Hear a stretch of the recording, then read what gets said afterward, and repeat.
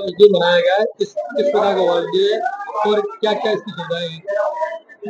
ये हमारी सरकार जिन बीमारियों से बच्चों की ज्यादा मौतें होती हैं उनसे बचाने के लिए पूरे वर्ष कोई ना कोई प्रोग्राम, जागरूक प्रोग्राम ऐसा बनाती है जिससे मौतों से बचा जा सके। 6 करोड़ मौतें डायरिया की वजह से होती है। 6 करोड़ बहुत ज्यादा मौतें। लेकिन जब से ओआरएस का लोग सीखे हैं, जब से मौतों की संख्या बहुत कम हो गई है ना। 100 में से 93% लोगों को मौत से बचाया जा सकता है। और ये ओआरएस सरकारी हर अस्पताल में निःशुल्क उपलब्ध होता है, ओआरएस और जिंक की टेबलेट।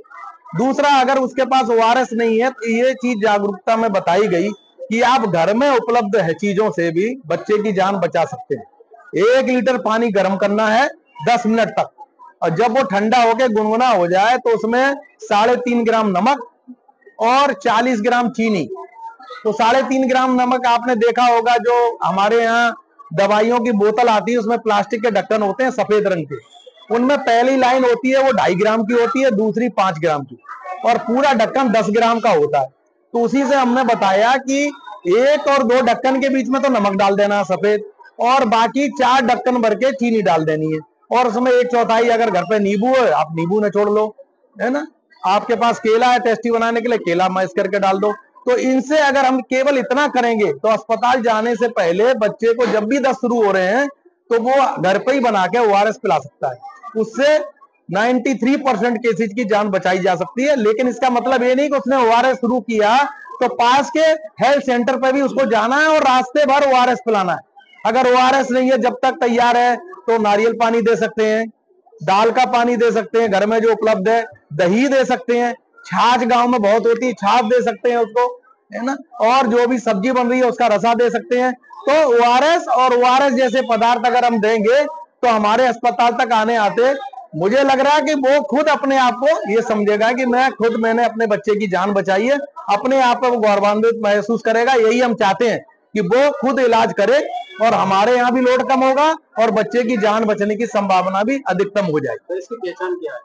पहचान डायरिया के ये होता है कि जो डायरिया में, अगर डायरिया जैसे बच्चा रोज लेटिन कर रहा है, टट्टी कर रहा है, उससे अगर पतली टट्टी हो जाए और 3 बार से ज्यादा हो जाए तो हमको ओआरएस शुरू कर देना चाहिए।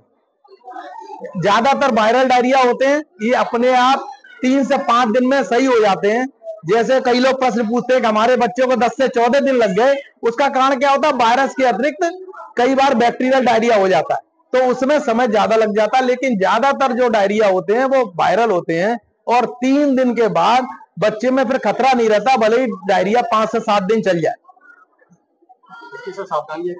सावधानियां, इसका सबसे इंपॉर्टेंट सावधानियां देखिए शुरू से करें तो इसका सरकार टीका लगवाती है 1.5 महीना, 2.5 महीना, 3.5 महीने पे रोटा वायरस का टीका लगता है जो वायरल डायरिया को बचाता है। इसके अलावा जैसी कॉमन सावधानियां होती हैं कि जब भी बच्चे को भी ट्रेनिंग दें और खुद जो भी खाना खा रहे हैं हाथ धो के खाएं। दूसरा, कटे हुए फलों का जो इस्तेमाल होता है वो कटे हुए फलों का इस्तेमाल ना करें। जो भी फल फ्रूट या वो खाएं वो गर्म पानी में पहले उसको अच्छी तरह धो लें, साफ कर लें। और कोई भी चीज कटे हुए फल या खुला हुआ मार्केट में सामान मिल रहा है उसको ना खरीदें।